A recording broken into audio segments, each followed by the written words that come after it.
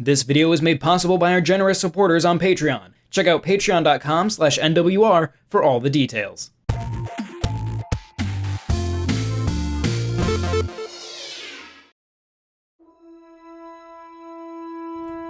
The STARFOX series has never been afraid to try new things, even though the reception to these things has not always been positive. So what fresh motivation could the next STARFOX bring to the table? To find out, let's take a look at where they've been and try to guess at where they're going. I'm John Reardon, you're watching NWR TV, and this is what's next for STARFOX. This is the end for you, Wolf. Playtime's over, STARFOX. Try Let's me. go.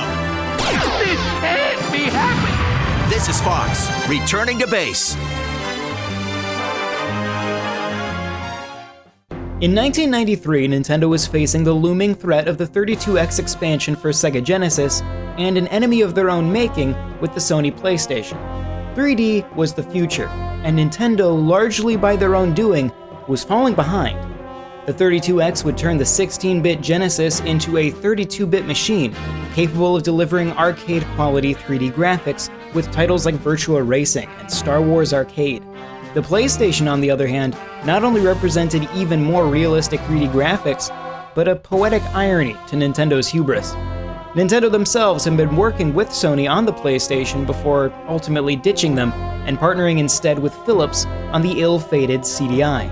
In other words, the PlayStation was, in many ways, Nintendo's own estranged child coming back for revenge on its absentee parent. Suffice it to say, Nintendo was looking very two-dimensional. Their own 3D systems were, at the time, little more than Gunpei Yokoi experimenting with red LEDs and a vague dream of a 64-bit system. They needed a way to frame the SNES as a 3D system just as capable as the 32X and the PlayStation. To do this, they'd need a developer who understood how to pull off 3D on a system that wasn't built for it. Introducing Argonaut and their revolutionary Game Boy game, X. X was a first-person 3D tank game that ran on the original Game Boy. Developed by Argonaut Software, who didn't even have access to an official Game Boy dev kit, and published by Nintendo, X is one of the most technically impressive games on the system.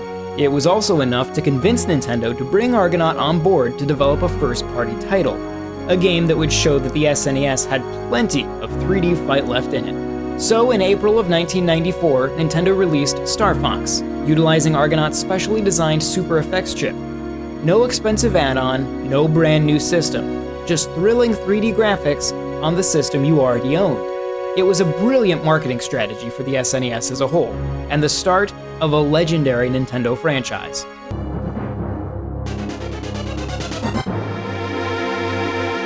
The first STARFOX is pretty straightforward. Every level is on rails. The player flies from one end of the level to the other, dodging obstacles and shooting down enemies. At the end of each stage is a boss that challenges the player's piloting and combat skills. There are 3 courses the STARFOX team can take, with each increasing in difficulty. There is also a hidden black hole in one stage that allows you to cross from one course to another. Argonaut would return to develop the next entry and would shake things up. STARFOX 2, also for the SNES, added strategy elements and free-roaming 3D. Multiple R-Wings and characters are playable, each with unique stats. Each R-Wing can transform between flight and walker modes. A hovering UFO mode was also pitched, but ultimately never made it to the final game. It is a much deeper experience than the original, with not only arcade space combat, but dungeon-like 3D environments for the player to explore. Ironically, Nintendo canceled STARFOX 2 shortly before the release, for the exact reason they had produced the first game. The SNES now needed to be a strictly 2D system, to make the marketing around the N64 clear as the 3D future of Nintendo. STARFOX 2 wouldn't see an official release until 2017 on the SNES Classic. However, it would have a lasting influence on the games that followed. STARFOX 64 takes the free-roaming and land-based combat from STARFOX 2 and fits them back into a more arcade-like experience that more closely resembles the original. It once again employs multiple routes, but with more opportunities to hop between them. In fact, one could argue that STARFOX 64 relies too much on the design of the original and does little to evolve the gameplay. While at the time, the absence of STARFOX 2 caused the free-roaming all-range mode To feel like a fresh concept only possible on the Nintendo 64, we can now see that even that was lifted from an SNES game. Where Star Fox 64 did undeniably excel was in its storytelling. Despite almost never pausing for a cutscene, it told a rich narrative with well-developed characters. It brought the universe to life while never taking away from the gameplay, something that modern games still struggle with to this day. The GameCube was an odd era for Star Fox, with two games that each took a very different approach to the series.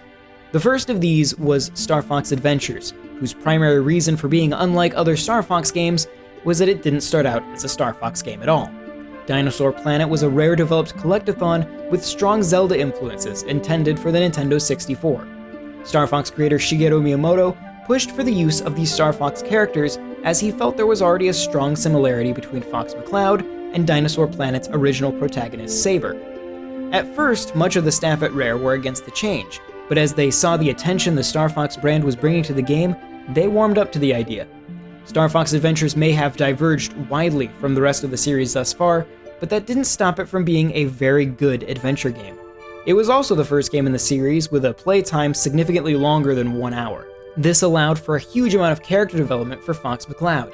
He went from a generic hero with some daddy issues to a complex anti-hero with even more complex daddy issues, brought out by an annoying little dinosaur searching for his missing father. He was also given a love interest, a legit character arc, and matched our disdain for Slippy. You've got to talk to that big stone guy. She called him a warp stone. Star Fox Assault, developed by Ace Combat veterans at Namco, would take this more complex view of the Lylat system and its characters and fit them back into the arcade style the series was known for. Star Fox Assault ditched the multi-route design popularized by previous games in favor of a more complex and guided narrative. Multiple difficulty options added additional objectives and levels, and collectibles were hidden throughout. Despite its linear nature, Star Fox Assault is a highly replayable game. Beyond the single-player campaign, Star Fox Assault also includes an incredible multiplayer battle mode. Players occupy large maps littered with weapons and vehicles. Additional maps, pickups, characters, and vehicles can be unlocked as well. The maps weren't just reused areas from the single-player either. Planets like Zonus and Titania, which didn't appear in the campaign, were present and featured unique takes on those environments. Star Fox made its first appearance on a handheld in Star Fox Command. Command was developed by Q Games, a company helmed by Dylan Cuthbert, one of the original programmers on the first two Star Fox games. It took heavy influence from Star Fox 2, which had, at the time, not been released. It kept to the more dense storytelling that had been developing over the past several years, but placed a focus on open-ended strategy. A massive tree of branching paths throughout the game led to a variety of different endings. Control was handled by the DS touchscreen, which offered a more precise control method than the D-pad. Online multiplayer was also included, though it lacked the depth of Star Fox Assault. Star Fox Command would be the end of the timeline launched by Star Fox 64. After this, the Star Fox series would find itself in a constant state of reboots.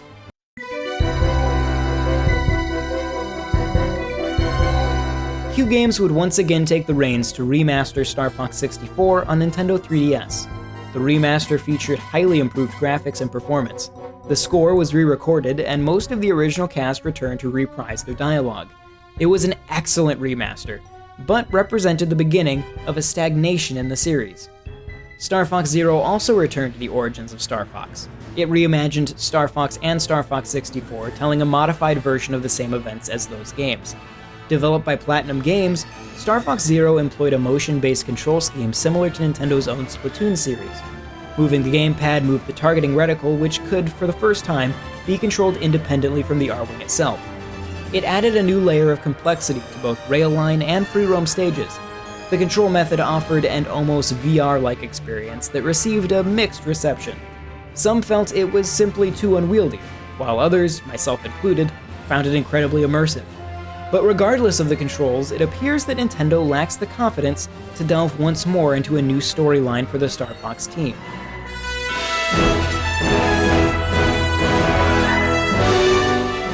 So what's the future for Star Fox? It is a series that has existed in many different forms, and virtually any sequel is guaranteed to disappoint some corner of the fanbase.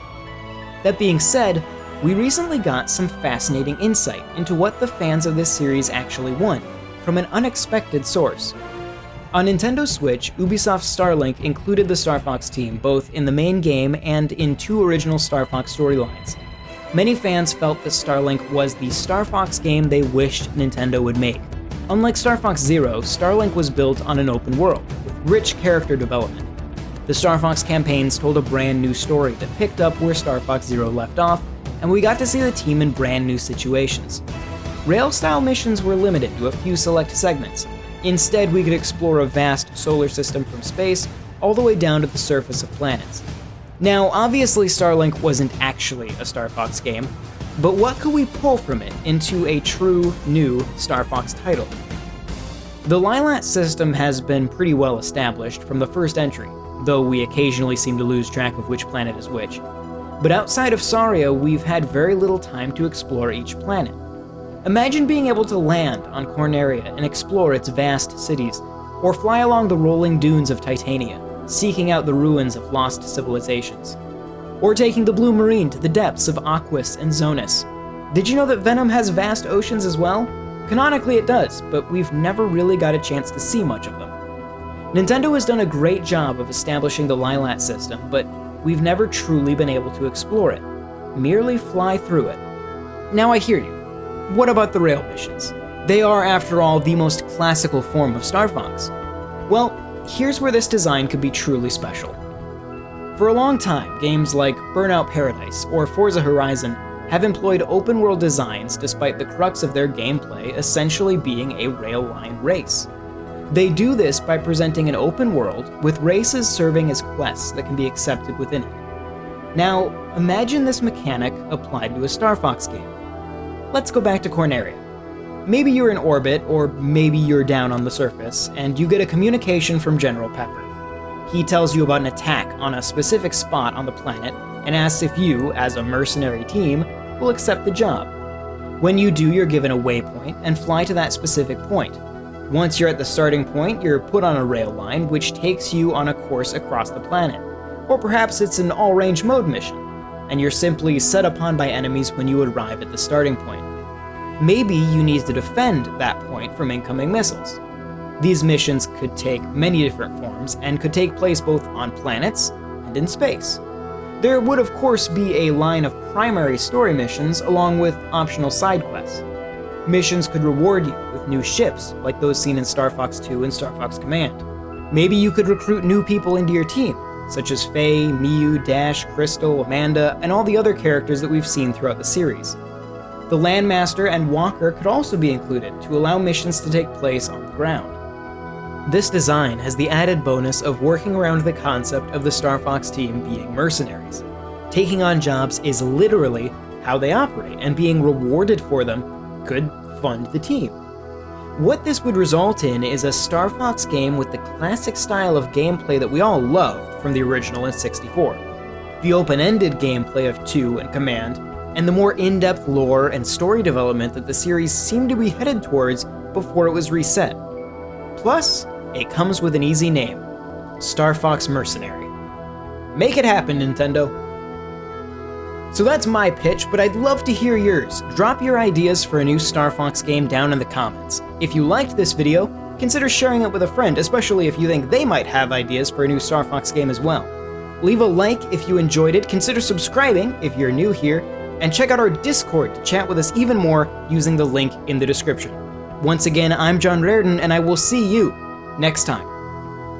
This video was made possible by our generous supporters on Patreon. Did you know that Nintendo World Report is funded directly by fans like you?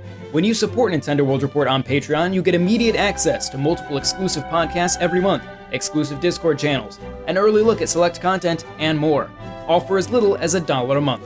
Check out patreon.com/NWR for all the details.